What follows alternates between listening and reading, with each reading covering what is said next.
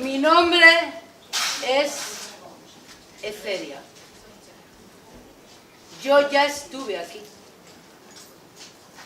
Dicen que nací en el año 381 o 382.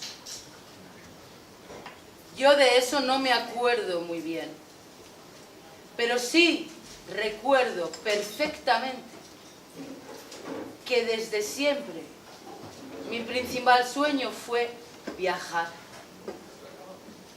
En aquella época, viajar era mucho más difícil que ahora. Era más difícil todavía para las mujeres que para los hombres. Todavía hoy sigue siendo más difícil para las mujeres que para los hombres, aunque la cosa haya mejorado. En aquella época, mi sueño era viajar a Tierra Santa. Todo el mundo quería ir a Tierra Santa. Mi madre me enseñó desde pequeña que debía perseverar en mis sueños,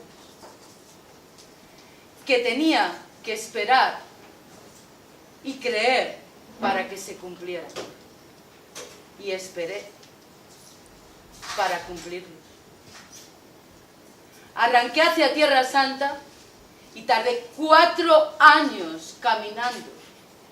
4 años en los que encontré todo tipo de gentes por el camino.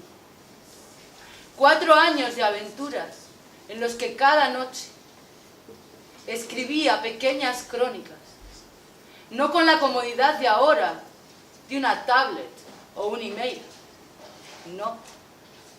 Escribía a la luz de las velas, con una pluma.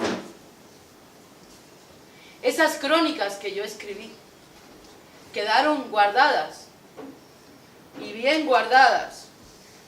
Yo las había escrito con la ilusión de que otros pudieran saber de mi viaje. Pero mis crónicas no fueron reconocidas hasta el año 1903. 15 siglos tuve que esperar para que reconocieran mi trabajo. Y por eso, después de 15 siglos, pensé, qué razón tenía mi madre, todo llega. Pero tenía que venir, tenía que volver para ver el mundo ahora. Ahora cuando están leyendo mis crónicas. He vuelto al mundo y he vuelto a viajar. Y he visto que las cosas han cambiado muchísimo. Ahora todo es mucho más fácil.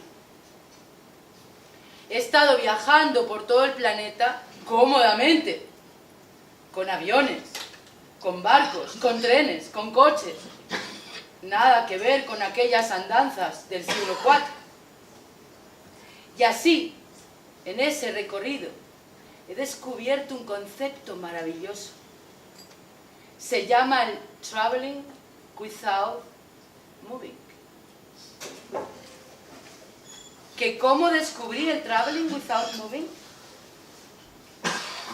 Yo tenía que ir a Katmandú. Mi presupuesto no era muy grande, así que andaba buscando un vuelo baratito. Encontré una compañía llamada Air Asia, con base en Malasia, que me permitía llegar a Katmandú, pero tenía que hacer escala en Kuala Lumpur. Kuala Lumpur. Qué exótico suena. Me apetecía mucho ir a Kuala Lumpur.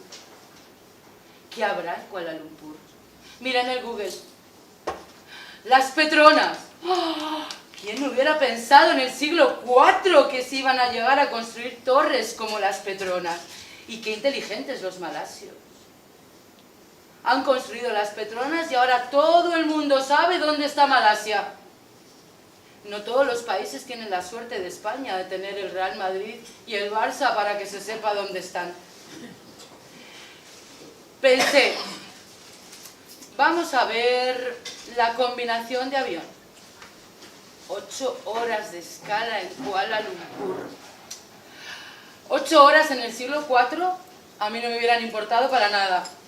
Pero ahora 8 horas yo no las paso en cualquier lado. Para quedarme en el aeropuerto, demasiado tiempo. Para salir del aeropuerto, muy poco. Eso sí, 8 más 24 son 32. Y con 32 horas ya quizás puedo ver Kuala Lumpur. Ok, que sean 32. Reservé un hotel monísimo, un hotel boutique, enfrente de las Petronas.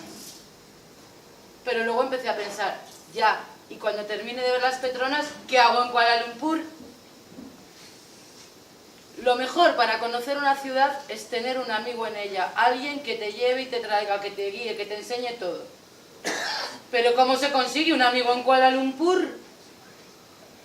Ahora, en el siglo XXI, nada es difícil. Pregunté y pregunté y averigüé que había una red llamada Couchsurfing donde tú puedes avisar: hola, me llamo Eceria y voy a pasar por Kuala Lumpur. Si me quieres conocer, escríbeme. Puse el aviso. En menos de 2 días me escribieron 8 kualalumpureños.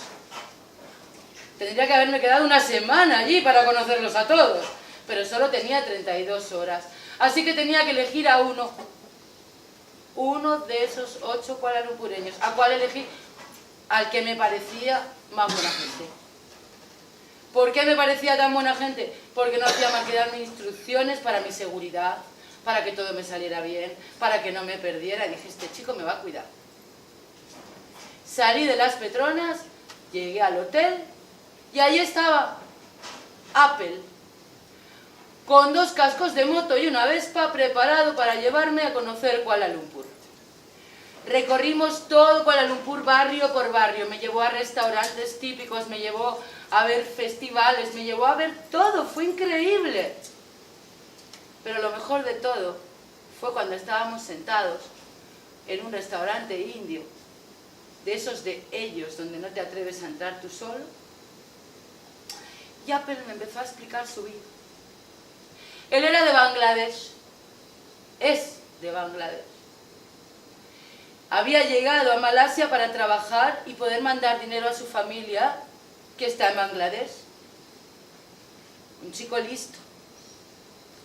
Trabajaba toda la semana de lunes a viernes y los fines de semana estudiaba en la universidad.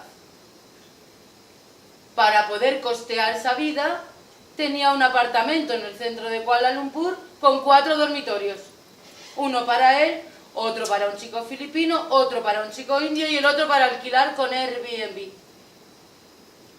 Todas las semanas me explicó: yo no tengo dinero para salir de Kuala Lumpur, pero todas las semanas conozco el mundo a través de las personas que pasan por mi vida. Me encuentro con couchsurfers como tú, o me encuentro con gente viviendo en mi casa que son de Alemania, de Australia, de Japón, vaya usted a saber, y a todos les pregunto de dónde vienen, qué hacen, a qué se dedican, y así veo el mundo desde mi casa.